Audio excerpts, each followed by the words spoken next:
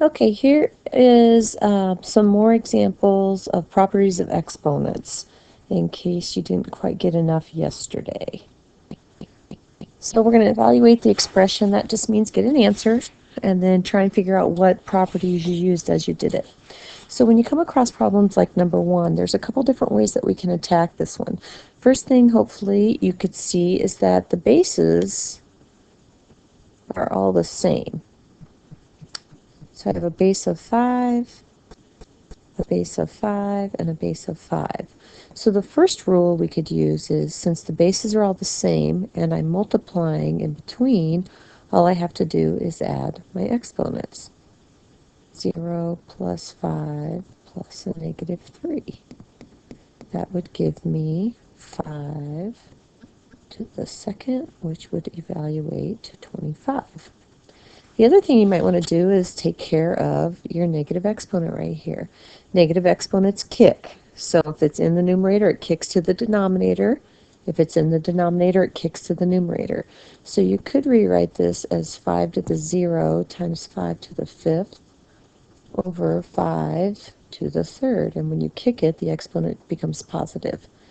And so then you can clean up your numerator. Bases are the same in the numerator. You're adding your exponents. So 0 plus 5 is 5. Your denominator would be exactly what it is.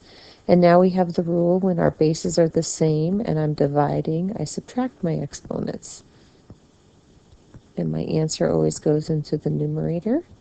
5 squared is 25. So you have two different ways that you can work that problem. Whatever one's comfortable with you is the way you should do it. Problem number 2 is very similar. There's a couple different ways you can do that. You can take care of the numerator first and then worry about the denominator. So if you do that, your bases are the same. And you're multiplying, so you add your exponents. So in your numerator, you would get 3 to the second. Your denominator would be 3 to the negative 5. Here you have choices. You can either flip your negative exponent up to the numerator, or you could just subtract since your bases are the same. If you chose to subtract, you would have 2 minus a negative 5, which of course turns to 3 to the 7th. And you can get your calculators out and check what 3 to the 7th is. That looks like it is 2,187. The other way to do this problem is you could have flipped your negatives right off the bat. This exponent is negative, so it would flip to the bottom. This exponent is negative, so it would flip to the top. So you could have done 3 to the 5th times 3 to the 4th over 3 to the 2nd, and then gone from there. Your bases are the same in your numerator. You're multiplying, so you add your exponents. Here your bases are the same. You're dividing, so you subtract your exponents. And either way, you're going to get the exact same answer. On problem number 3, we have a power to a power, so we just use the distributive property, kind of like when you think of it, and multiply, so we get 2 to the 6th over 2 to the negative 4. Again, your bases are the same. You're dividing, so you can subtract your exponents and get 2 to the 10th. Grab your calculator. 2 raised to the 10th is 1,024. The other way that you could have handled this is, if you didn't like that negative exponent in the denominator, you could have kicked it up to the numerator. 2 to the 6th times 2 to the 4th gives you 2 to the 10th. So either way, you're going to get the exact same answer. On problem 4, I really like problem 4. It's kind of a trick question, though, and it throws a lot of people off. So you got to be really careful about this when you work problem 4.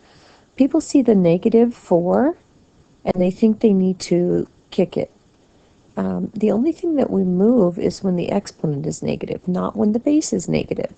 So you'll notice that your base is the same on all of these guys.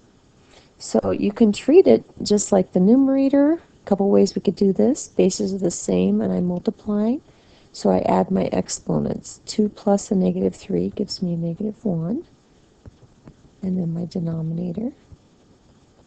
Bases are the same. I'm dividing, so I can subtract my exponents. So I would have a -1 minus a -5, which of course is going to turn into a +4. Now when you enter this in your calculator, make sure that you're putting parentheses around that -4 or you're going to get the wrong answer. This gives us 256. The other way you could do this is you could have flipped your negative exponents right off the bat. So the -4 raised to the 2 stays.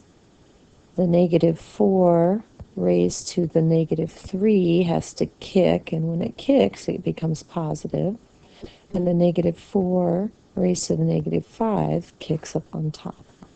And then you would just proceed like normal. You can clean up your numerator. Bases are the same, you're multiplying, so you add your exponents. And then here, bases are the same, you're dividing, so you subtract your exponents.